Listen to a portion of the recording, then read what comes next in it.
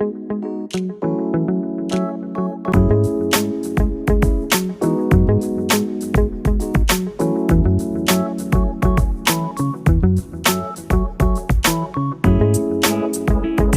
मैंने gas on करके अपनी पैन गरम कर ली है।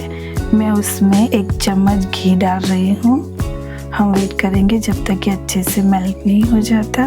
अब हमारा घी अच्छे से मेल्ट हो गया है। मैं इसमें वॉलनट ऐड कर रही हूँ। ये 1½ कप वॉलनट है। हम इसको थोड़ा सा रोस्ट कर लेंगे।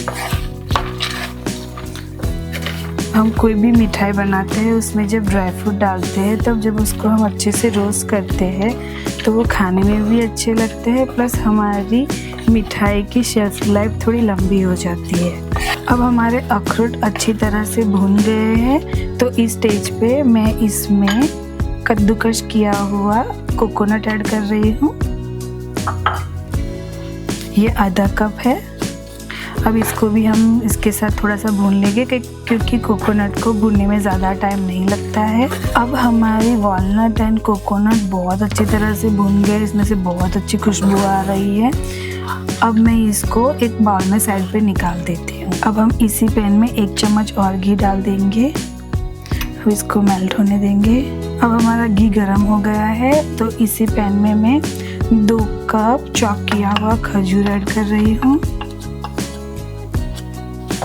इसको हम अच्छे से चला लेंगे और सॉफ्ट कर लेंगे। मैंने ये खजूर को मिक्सी में चला के चॉप कर लिया है। आप चाहो तो छोटा छोटा काट भी सकते हो। आप देख सकते हैं कि हमारा खजूर बहुत अच्छे से सॉफ्ट हो गया है। वो एकदम टेक्सचर भी उसका बहुत अच्छा है। बर्फ़ी बनाने के लिए हमें ऐसा ही स्मूथ टेक्सचर चाहिए। जितना आपका खजूर का टेक्सचर सॉफ्ट रहेगा उतनी अच्छी बर्फ़ी बनेगी। तो ये स्टेज पे मैं अभी कुछ और इंग्रेडिएंट्स इसमें ऐड करती हूँ। अब मैं इसमें खोया डाल रही हूँ। अगर आपके पास खोया नहीं है तो आप पनीर को ग्रेट करके डाल सकते हैं। बर्फ़ी का टेक्सचर थोड़ा अच्छा आता है इसीलिए मैंने खोया डाल रही हूँ इसमें। ये थोड़ा रिच फ्लेवर भी देता है। इसको हम खजूर के साथ अच्छे से भून लेंगे जब तक कि खोया हमारा सॉफ्ट नहीं हो जाता। हमारा मावा और खजूर की पेस्ट बहुत अच्छे से मिल गई है। हम इसमें हमने जो रोस्ट किए हुए अखरोट एंड नारियल था उसको हम ऐड कर लेते हैं। अब हम नारियल एंड अखरोट को ऐड कर लेते हैं। हमने गैस की फ्लेम धीरे रखी है। अब हम उसको मिक्स कर लेंगे अच्छे से।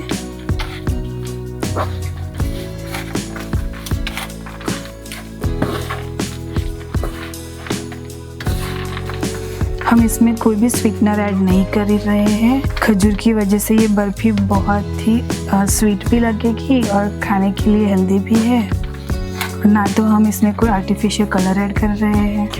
अब हमने ये सारे मिक्सचर को अच्छे से मिक्स कर लिया है। ये एक दूसरे के साथ अच्छे से कंबाइन हो गया है। अब हम इसकी बर्फ़ी बना रहे हैं इसीलिए उसको किसी ट्रायंगल ट्रे में निकाल लेते हैं ताकि उसके अच्छे से हम स्क्वायर शेप काट सके। अब हम इस ट्रे को थोड़ा घी की मदद से ग्रीस कर लेते हैं। हमने घी लगा रहे हैं ताकि वो अच्छे से ग्रीस हो जाए और हमारी बर्फ़ी आसानी से डीमोल्ड हो पाए। अच्छे से चारों ओर लगाना है इसको।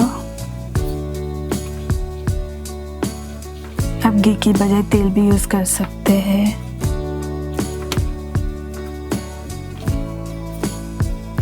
मैंने अच्छे से लगा दिया है। अब हम ये सारा मिक्सचर इस ट्रे में निकाल देते हैं। अब हमने इसको सारा प्लेट में निकाल लिया है और मैंने एक कटोरी ले ली है। उसके पीछे मैंने घी लगा दिया है।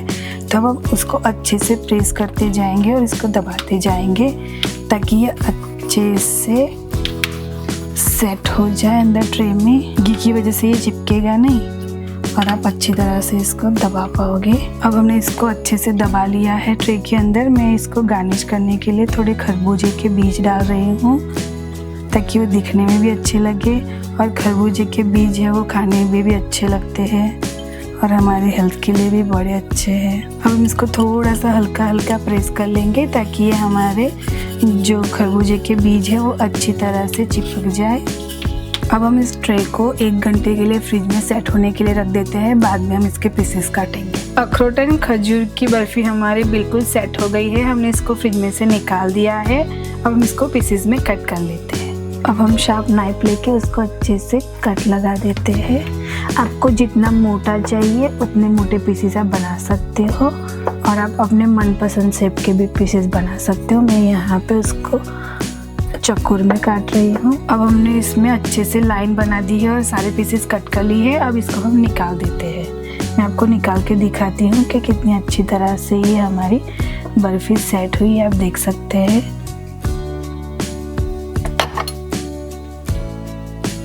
आप देख सकते हैं कि सारे पीसेस अच्छे से बाहर आ रहे हैं। मैं इसको प्लेटिंग में अब सजा देती हूँ। अब हम इसको प्लेट में सजा देते हैं। आप देख सकते हैं कि मिठाई दिखने में कितनी अच्छी लग रही है, वो टेस्ट में भी इतनी ही अच्छी है। ना तो हमने इसमें कोई शुगर डाला है, ना तो कोई प्रिजर्वेटिव डाला है, तो और बनने में भी बहुत इजी है। बहुत थोड़े इंग्रेडिएंट्स में ये बन जाती है। तो आप भी बनाइए और अपनी फैमिली के साथ शेयर कीजिए।